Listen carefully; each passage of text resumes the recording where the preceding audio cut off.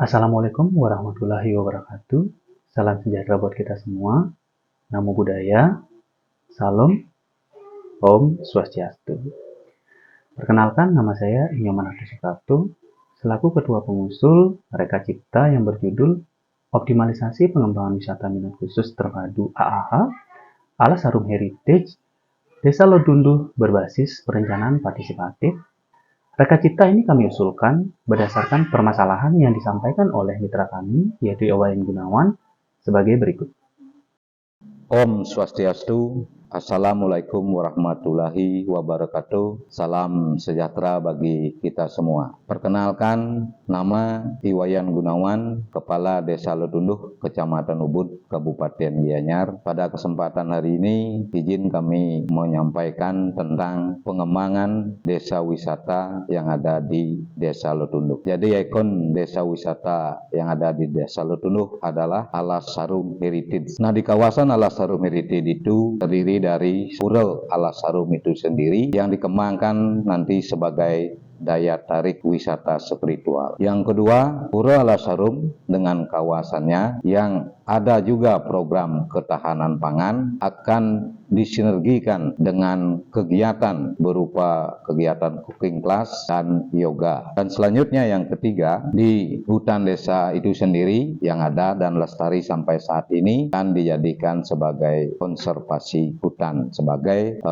wahana edukasi ke depannya. Dan yang keempat, di sisi barat kawasan itu terbentang Sungai Wos. Nah, di sungai itu akan dikembangkan sebagai wisata permainan wahana air atau tubing. Melalui penyediaan anggaran pendapatan dan belanja desa tahun 2023 ini, kami komitmen dan bersinergi harapan ke depan dan salah satunya dengan pihak PBI. Nah, tentu ada keterbatasan dan memerlukan dukungan dari kalangan akademisi dalam hal ini PBI untuk lebih mengembangkan perencanaan kegiatan ke depan. Nah, sehingga melalui program Matching Fund Kadarika ini, kami dengan pihak IPBI studi kiranya atau bisa kiranya terwujud untuk pengembangan ke depan melalui keterbatasan yang ada bisa dilengkapi berupa dokumen perencanaan atau master plan, baik itu juga pelatihan dalam hal ini Pokdarwis dan pengembangan produk pangan. Mungkin demikian yang dapat kami sampaikan. Dukungan dari berbagai pihak kami harapkan dan kami ucapkan terima kasih. Wassalamualaikum warahmatullahi wabarakatuh. Om Santi Santi Santi Om. Berbagai persoalan yang disampaikan oleh mitra kami, Iwayan Gunawan tersebut, kemudian menjadi alasan pada kami untuk menyusun Reka Cipta ini dengan urgensi sebagai berikut. Yang pertama adalah untuk mengoptimalkan pengembangan desa wisata yang berbasis pada potensi dan karakteristik lokal, kemudian partisipasi masyarakat, dan perlindungan sumber daya alam. Yang kedua adalah terjadinya efisiensi anggaran, waktu, dan tenaga dalam pengembangan desa wisata melalui sinergi program. Kemudian yang ketiga adalah memberikan pedoman dan arahan dalam pengembangan desa wisata yang terpadu. Kemudian yang keempat adalah menyediakan sumber daya, baik itu pendanaan, SDM, ataupun iptek untuk pengembangan desa wisata. Dan yang kelima, untuk memperkuat kapasitas perencanaan dan pengelolaan desa wisata.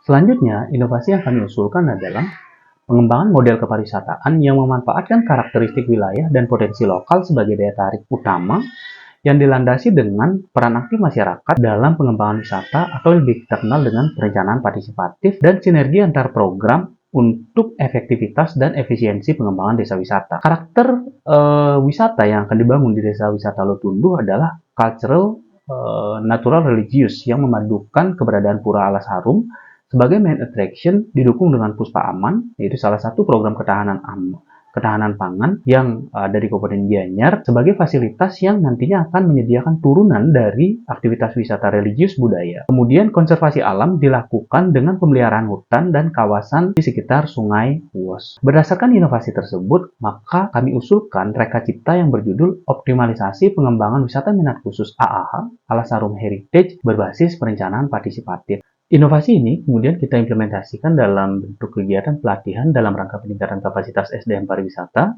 dan juga pendampingan. Kegiatan pelatihan akan kita fokuskan pada perencanaan dan pengembangan daya tarik wisata, destinasi wisata dan desa wisata, kemudian tata kelola desa wisata, pemanfaatan teknologi digital untuk pemasaran pariwisata, kemudian pembuatan konten kreatif digital bagi pemerintah desa dan juga masyarakat, kemudian pelatihan terkait dengan administrasi dan keuangan, termasuk juga pelatihan bagaimana pengembangan dan packaging produk UMKM.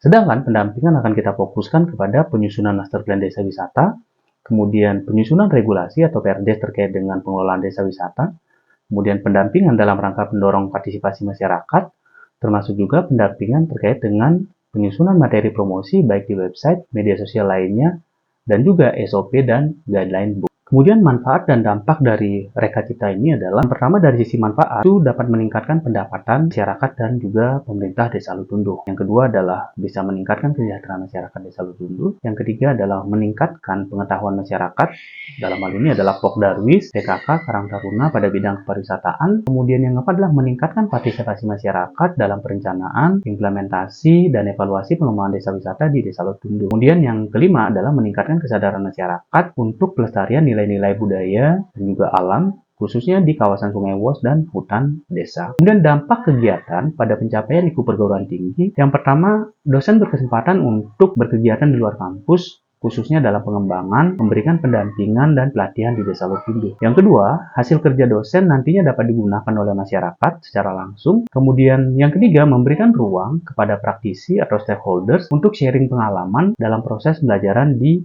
dalam kampus. Yang keempat, kelas yang aktif, kolaboratif, dan partisipatif karena memberikan ruang pengembangan kurikulum. Yang kelima, mahasiswa mendapat pengalaman di luar kampus karena mahasiswa nantinya akan dilibatkan pada program ini. Kemudian yang keenam, lulusan mendapatkan pekerjaan yang layak karena melalui pembelajaran di lapangan, mahasiswa akan menjalin kerjasama dengan berbagai pihak, kemudian mendapatkan pengalaman praktis, sehingga mudah mendapatkan pekerjaan yang layak nantinya. Demikian presentasi yang dapat saya sampaikan terkait dengan usulan Reka Cipta kami. Terima kasih. Wassalamualaikum warahmatullahi wabarakatuh. Om Santi Santi Santi Om.